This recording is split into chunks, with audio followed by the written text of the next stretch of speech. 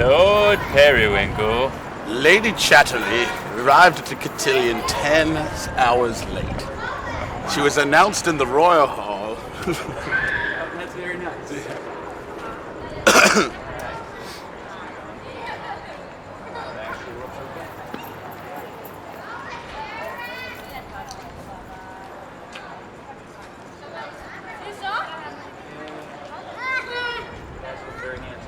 Oh, one second. Thank you. We both shaved today. I know, look how clean shaved. We're the clean. Well, then like the stoner rock thing turned into this like mountain man thing. You know, I'm like, I just think it's funny if you're not from somewhere that's stoner rock, and then you get into it, and you get the trucker hat, and then you're like, oh, screw it, I'm buying a truck, and then you're like, I'm gonna wear a flannel, like they're comfortable, and I'm gonna have a dog in the back of the truck, and you know what, I'm gonna live on some land, and then all of a sudden you are that person. It's pretty awesome. We have no, there's no room to be mountain men in New York, I think, possibly. I think everybody's just lazy. No, some of those beards and mustaches are all crazy. I think maybe if there's everyone like in these bands that are doing so many things by themselves rather than having like agents and trophies and managers and all that shit. They just don't have time to shave. I don't know if it's so much that, or if it's just, you know, personal aesthetic and, you know, why clean up for the man. Makes you look mean, too. Yeah, it does make you look mean. Mean.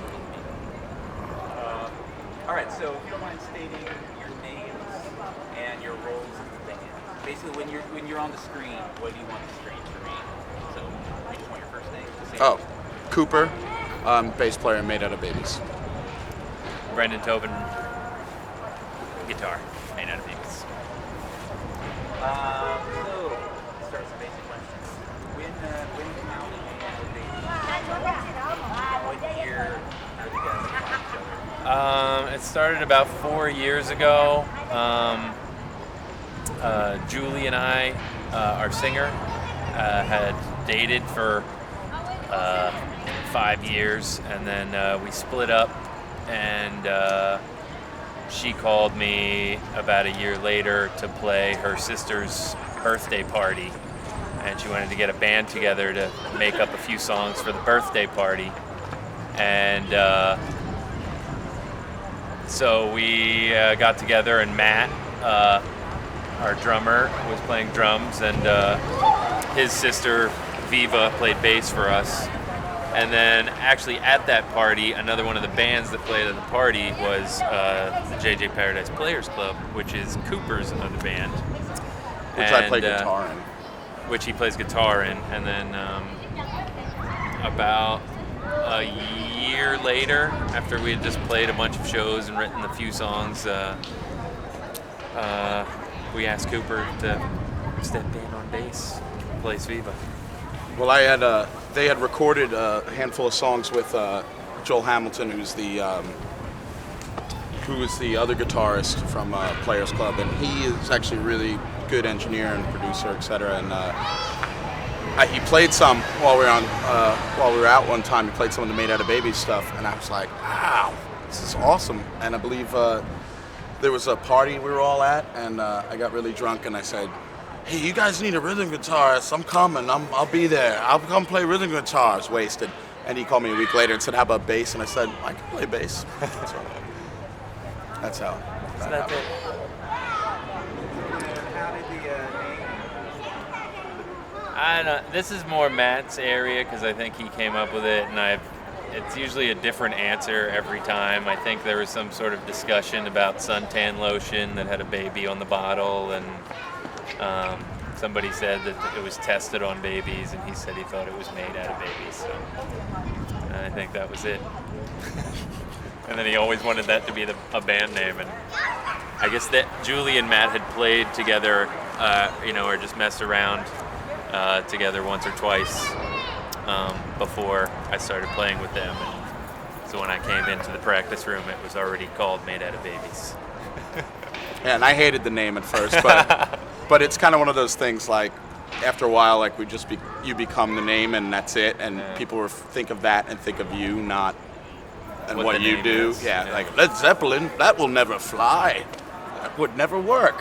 And it kind of fits us, kind of, you know, grotesque and kind of a bad joke all at the same time, you know. Bad joke? How do you mean? Isn't your music serious and angry? Yeah, I would say so. I mean, it all comes from kind of a similar place, though, is humor and anger, and it's just all kind of this purging. It's the joke that bombs and makes everyone in the room uncomfortable. Yeah.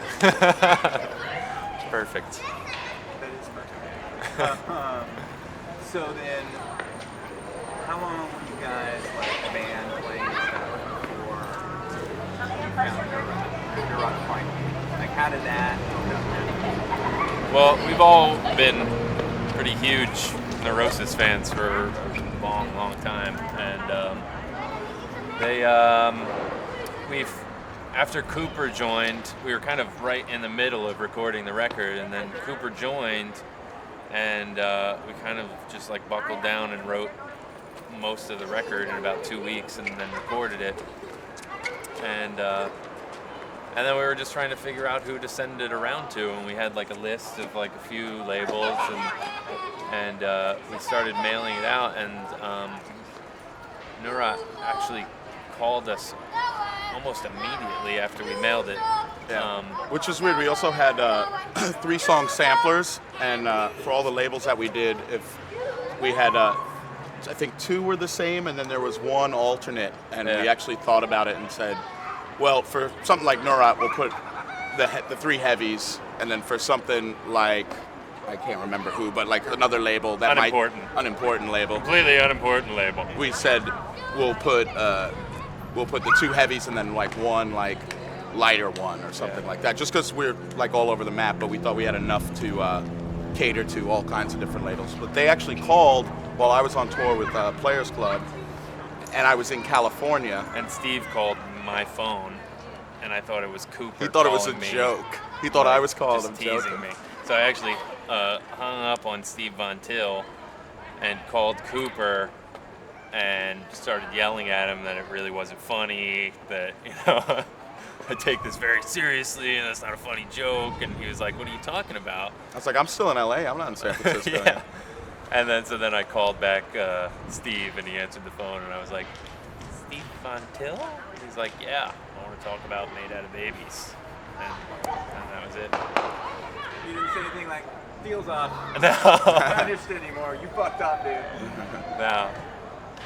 And so then I talked to him for about 45 minutes on the phone, and I remember I was at Lowe's getting like a bunch of drywall or something to fix my apartment, and I had to like run outside to talk to him on the phone, and I was then standing in the parking lot afterwards, like kind of dumbfounded that I just, you know, because I'd been, when you listen to a band for years and years and years, and they become part of like what you do and how you think about music, and then to have one of them call you up out of the blue and say they really like what you're doing and want to put out your record, it's like,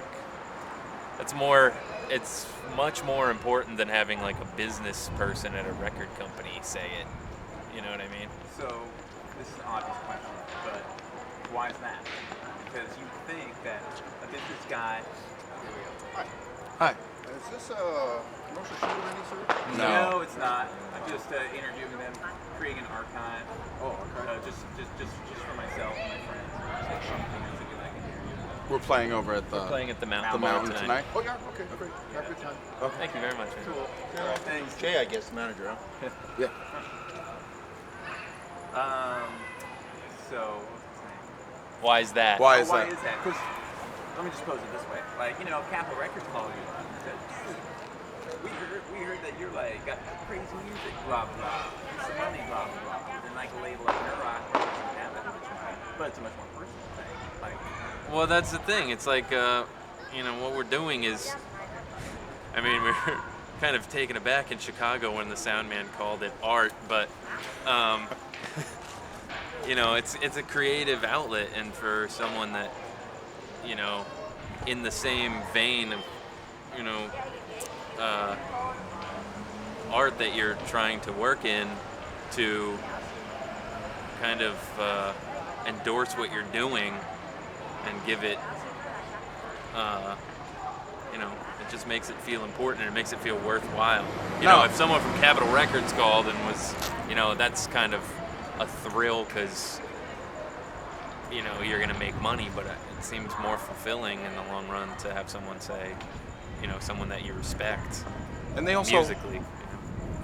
yeah, exactly. I've been a fan of Neurosis since my teens, been seeing them play, etc. And it's pretty amazing. Like, it's pretty, and it's also really nice to think that these people are approaching us and they've been successful in what they do on the same exact level that they're prepared to do for us. And so obviously they have an idea and they know what to do. You know, obviously they have an idea how to go about it. Well, why do you think? What is it about Neurosis that you like? And the reason I ask that is because all the bands I'm sort of putting in this thing, they're kind of hard to categorize. And you know, like a lot of bands, you know, you might be able to call metal, but when I hear like Slayer or Megadeth or Metallica, I think Neurosis sounds nothing like that. You know what I'm saying? Yeah. So what is about? Is that part of the reason why you think like Neurosis has had such an influence on people? Because they kind of defy categorization. Well, They were. this- Oh, sorry. Go ahead. They were. I feel like they were. I mean, if you listen to their earliest stuff, I mean, they're you know, they're the natural transgression from punk to heavier punk. You know what I mean? Everything's called metal these days because the guitars are heavy, but that doesn't necessarily define metal to me, in a sense. You know what I mean? I feel like, I always say this all the time, I feel like if Black Flag was around right now, people would be calling them a metal band, but to me, they're like one of the original punk bands. And what I feel like we do, we get categorized as metal, and that's fine. I have nothing against, I love metal, but it's not where it comes from for me anyway, personally. It comes from punk. And I think that's a really bizarre point that we see all over the place now, is that, it's that unless it's like some sort of Southern California spiky-haired stuff or something like that, it's not, that's punk. They took the punk out of everybody else's sales or something, I don't know. So bitter. Ah. But I mean, even aside from the sound and categorization, it's definitely translated completely into their music, but just their complete uncompromising nature in everything that they do, whether it's, you know, record label or the music that they make or, you know, the way they present themselves in videos, or especially the live show. It's like they'll never, there's no sellout aspect to it for me. You know, it's just the way they want to do it and the way they want to present themselves, and that's what they do, and that's what you see, and that's it, you know? I think it's kind of what sort of like, I think it's part of the reason why those guys and the bands on like all these labels have the fans that they do. Like part of the reason I think is like part of it is like the respect to it. Yeah. You know what I mean? Whereas like, I mean, I hate to like compare and say these guys suck, beat Dead Rock, but you know, bands that are like played on like top 40, you're not buying their album necessarily like cover art before there's respect that they're on like diversity records or something like that. So I think it's sort of like one reason why all these guys are friends, or it's also why these bands tour together. Do you agree with that? Yeah. So then who have you toured with in the past, or who have you played with in the past? Not necessarily toured with, because I know you guys played at the Great American with Red Sparrow. Yes. And Neurosis, yeah, and And Grails. Grails.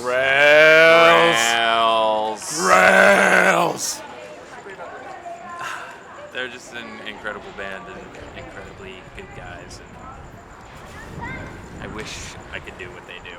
But we've played a lot with the Red Sparrows just because we kind of formed like a really great kinship with them. We kind of both got on this label at the same time, and our records came out around the same time, and we were both playing like our first tours at the same time, and so we kind of really bonded that way, and played a lot of shows with them. We just played with Oxbow last night, which is another band that was on Neurot and who is now going to Hydra Head. And they're an incredible band to watch. Who else have we played with? Now, how would you describe that? Oxbow, last night I actually said it. Oxbow, it's more than a show, it's an experience. It's an experience. It always is. I've brought people who would normally not like listen to that kind of music, like friends and stuff, have been like, hey, you gotta just watch these guys, like in that South by Southwest show in Texas, and my friend last night in San Francisco, and was like, no, just really like watch them, and everyone is blown away at their performance. Like they're intense. Like it's an experience. It's it's like going to church. Paul's friend came out afterwards and just stood there, and I was like, what did you think? And Paul just said, she feels violated. It's like you're part of the show. Yeah. You're watching somebody have a breakdown and you really shouldn't be there for some reason, but it's so much fun to watch. But that's like the biggest thrill for me as far as playing a lot of these shows. Is just that there is such like mutual respect between the bands, So like everybody can't wait to see the other one play. You know what I mean? And like the show that we played last summer at the Great American Music Hall with Neurosis and Red Sparrows and Grails, it was like each of us were like right there at the front of the stage while the other one was playing, and vice versa. And it was like there's just so much respect for what the other one does that just there is a huge camaraderie in the scene. Yeah, definitely. And there seems to be an aesthetic, kind of like not necessarily musically, but like when you look at like the album covers, you can say that this is rock. You know what I'm saying? Same with like Hydrohead and stuff. Like, fonts that they use, color tones. That's kind of what I like about it. Is that, yeah, you can see like the sort of community aspect. It's just an album. And you listen to it, you hear it. Yeah. Well, that's what I was actually really surprised when Neurot wanted to put out our record, because we're very unlike what they do with what bands they put out.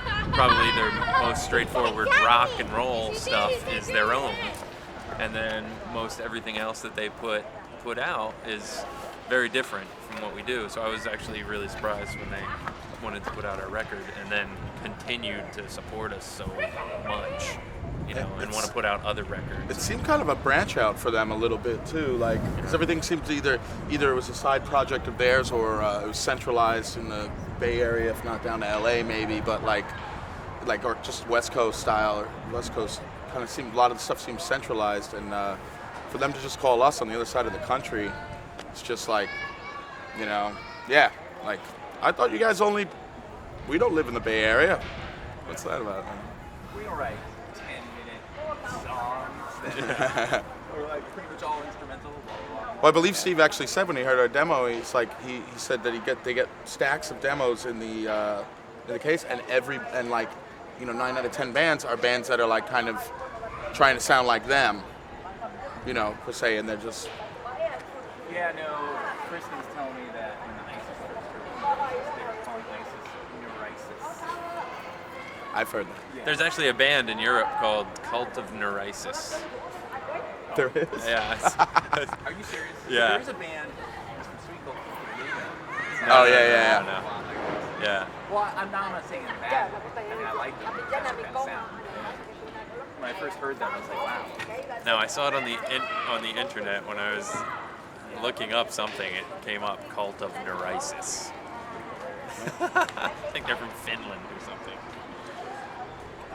So then, as far as this current tour goes, is this you have a new album coming out, Right. It's not out yet. Right. What's sort of the nature of this?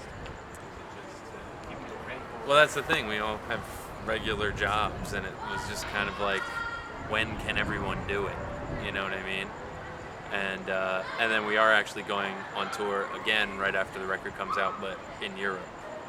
We were just in Europe, and so we came back, recorded the new record, U.S. tour, back to Europe. Our last tour the record wasn't even out. Yeah, that's the thing. time. We're actually touring the old record and not even playing that much of it now, because our last tour, our record came out on our last show in Texas. Because we have June horrible 28th. organizational skills. Yeah. So we just, so it was also, we were like, hey, our record came out today. I mean, we hadn't went on the road to sell. Yeah. So we were pushing ourselves, but that was fun. So then we had to take a touring hiatus for certain things throughout the end of the year. Just touring. We've still been writing and playing local shows, etc. So it was, the point of it was 2006 was going to be our tour year. So we just had to do it because we had to get back out in America because we've only done Europe so far this year. So then, when you guys are playing on stage, because I've never seen you before, like, how do you sort of describe your stage show? Is it just like frantic, like really like spazzing out, or it's all the pictures, you know, she's just like, and, you know, stuff like that. She's dynamic. Yeah. She's fairly dynamic. Yeah, we'll see. You'll see tonight. I mean, really, I don't know. Like, it changes. What about you guys? Like, what do you guys like? Do you guys kind of like concentrate while you play, or like branch out? It depends how old the song is. how well the muscle memory works. Yeah. The old ones, yes. The new ones were a little more still, I think. Yeah, I grew up in New York. I grew up playing New York punk and hardcore, so they always goof on me for my youth jumps. He's a jumper. I'm a jumper. I'm a little too big and clunky for the jumps. Yeah, it was. I'm a bit too oafish. The band Pelican, kind of saw them live. We've played with them a couple times. Oh, okay. Yeah. Yeah, it's funny, like watching them in the last show. They have one new song, and like I filmed them and I wanted to edit something from the new song, but like for all the other songs, just going crazy. For the new song, just not. Like, okay. That's the way it is, man. It's not in there yet, you know, and it's like every time you write something new, it's whenever you want to play it live, it always kind of, people still get into it because it's, you know, it is that song, and we have very few lulls in what we do, but it always feels like that to me when we play a new song, just because I'm so still. You know, and I'm concentrating so hard that I don't mess up. But yeah. I've kind of written a few bass lines that actually challenge myself a little bit, and they plant me, like I get planted, and I'm actually a pretty mobile cat. So. Well then, how does the song writing happen? Like who writes? Like Julie writes the lyrics, you guys write the music. Julie writes the lyrics. usually the vocals and lyrics come in after the music has kind of mainly taken shape, and then you know, usually a lot of times, you know, the three of us will kind of bunker down in the practice room for a while until we hammer something out, and then Julie will kind of have fresh ears on it, you know, and she'll come in and she'll be like, that part's great, that part sucks, that part's great, that part's horrible.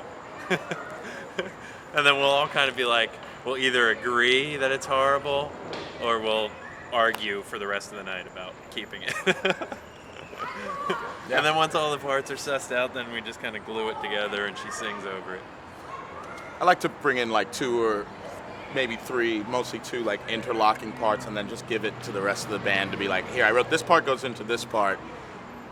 Let's run those a bunch of times, and then let's let everybody else then, you know, because it's hard to like bring a whole thing in and be like, here it is, it's my own brainchild. I'm sure some bands work like that, but I haven't been in one. Yeah, it's very rare that anything comes from just one person.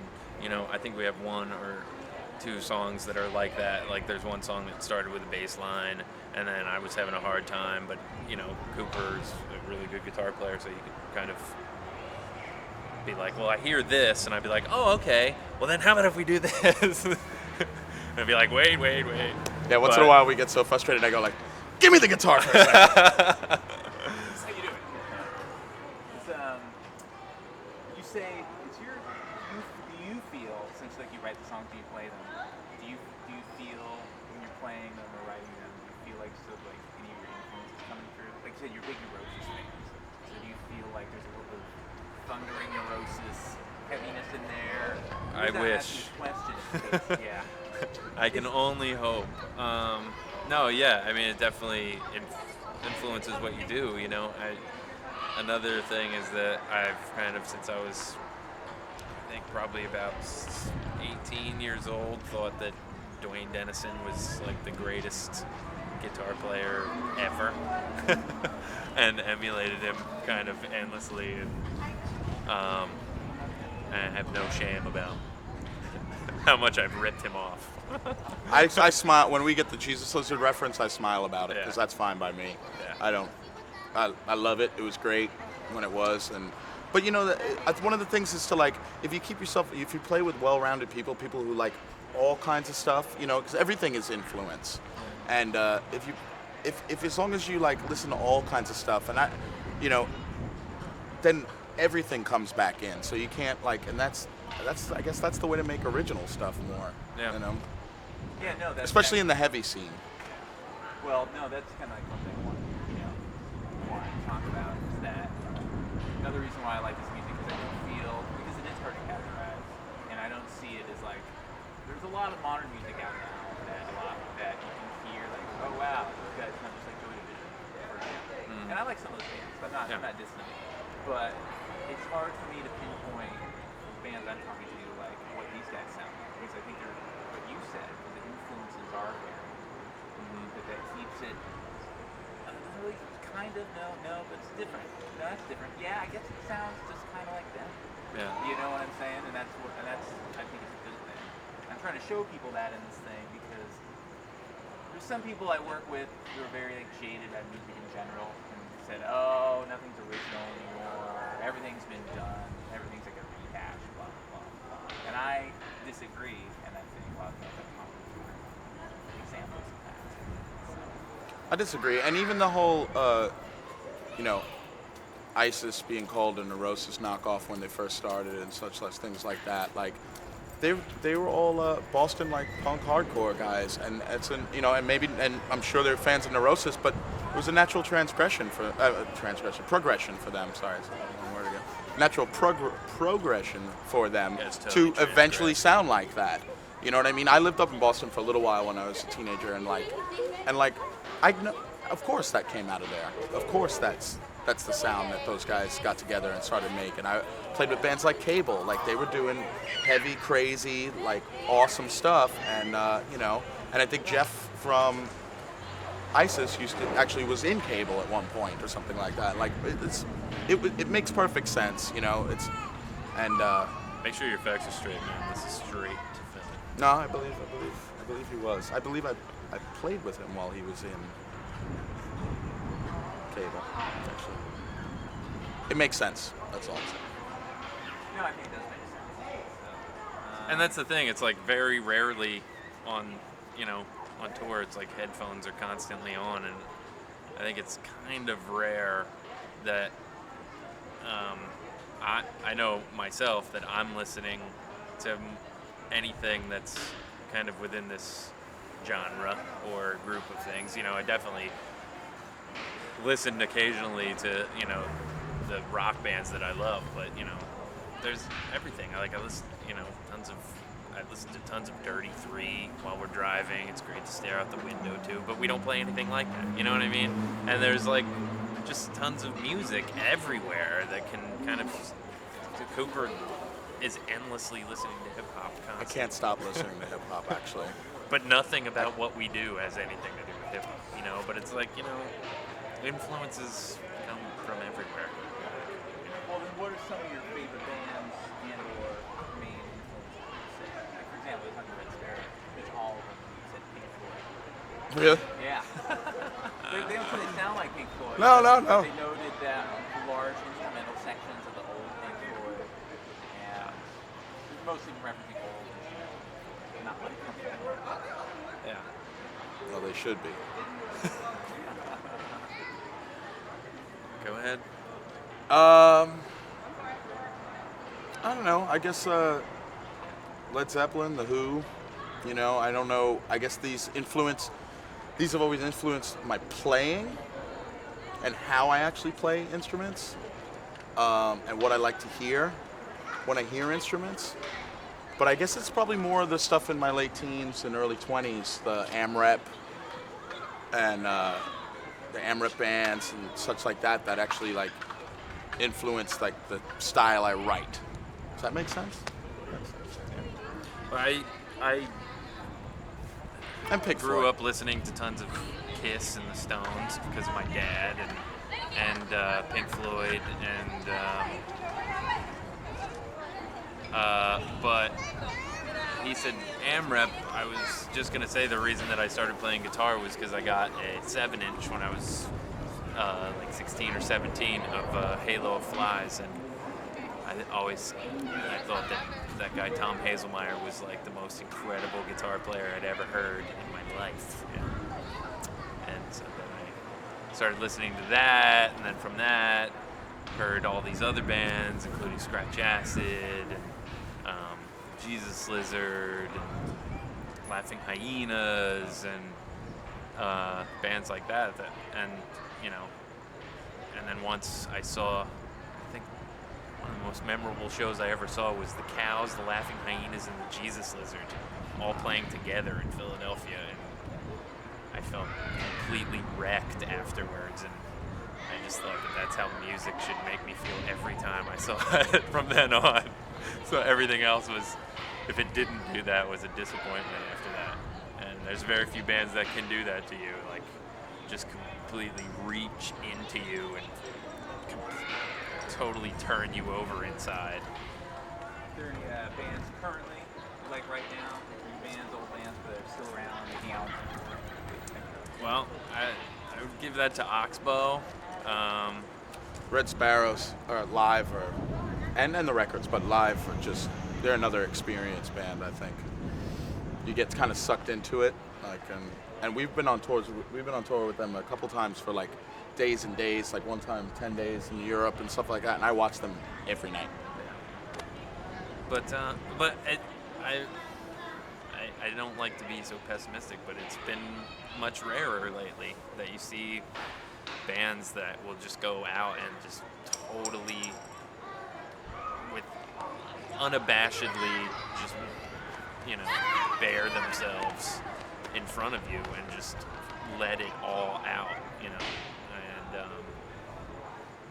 I've felt that way watching Neurosis before, and I felt that way very rarely lately, though. Well, based on what like I said, I haven't seen you guys live. Based on what I'm hearing, the record I expect to be like that with you guys.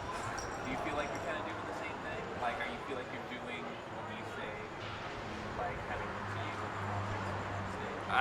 I try to as much as I can. I mean, it definitely all comes from a real place, you know, and occasionally someone will tell me that, you know, the way they describe the show to me afterwards, it feels good only because it feels as though it's gotten through, you know, and it doesn't. The last thing I would ever want is for someone to think that we were putting them on. You know? Yeah. What's up, man? It feels, yeah, no, it's definitely an outlet to, like, if I'm feeling it, and the music definitely backs up,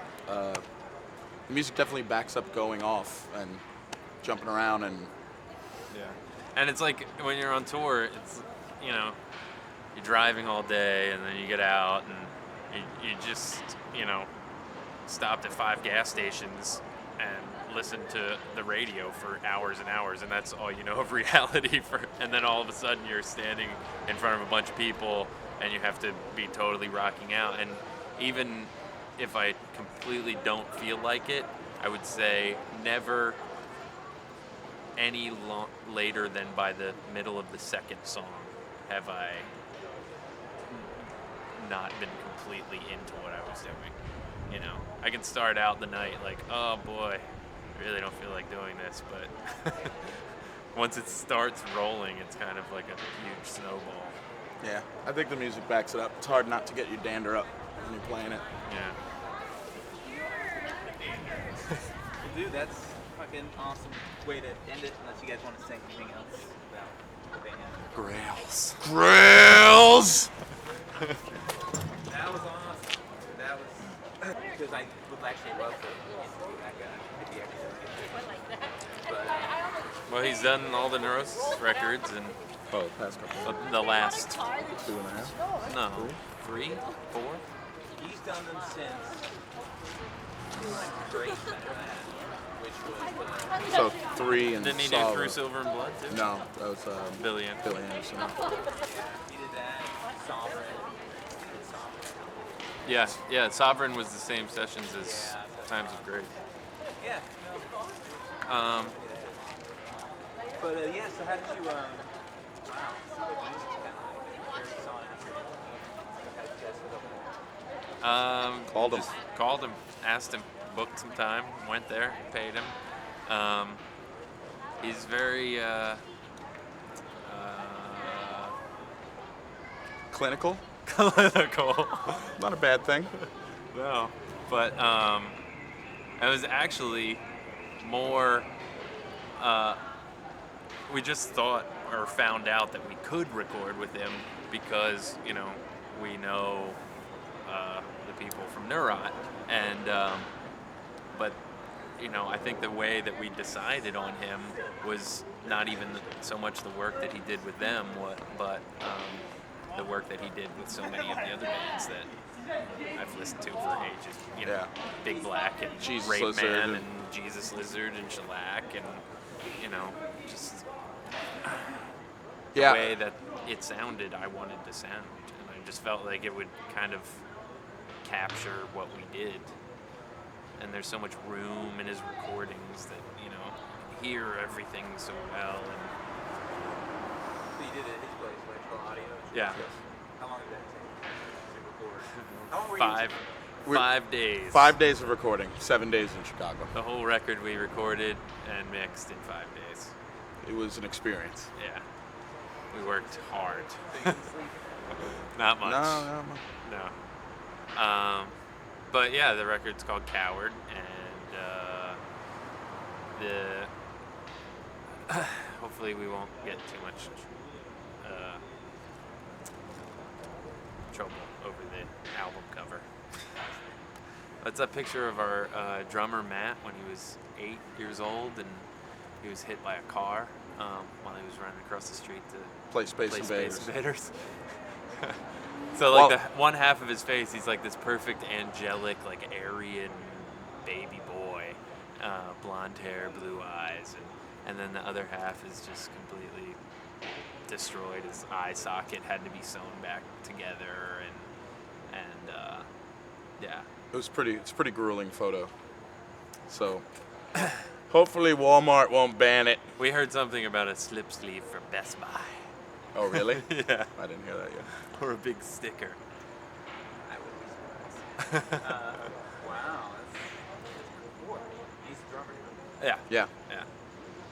It's an amazing picture, and the best part about it is that he showed it to us all like after the first record at some point, and we were like, that picture is amazing. And then when it came time to think about artwork, Brendan just said, well, I like the picture of you getting hit by the car, and we all went, yes.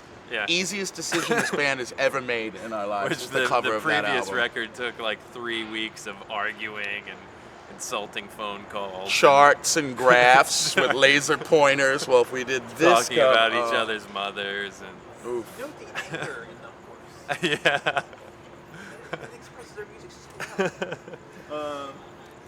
Wow. So, but then, how was he able to capture your sound?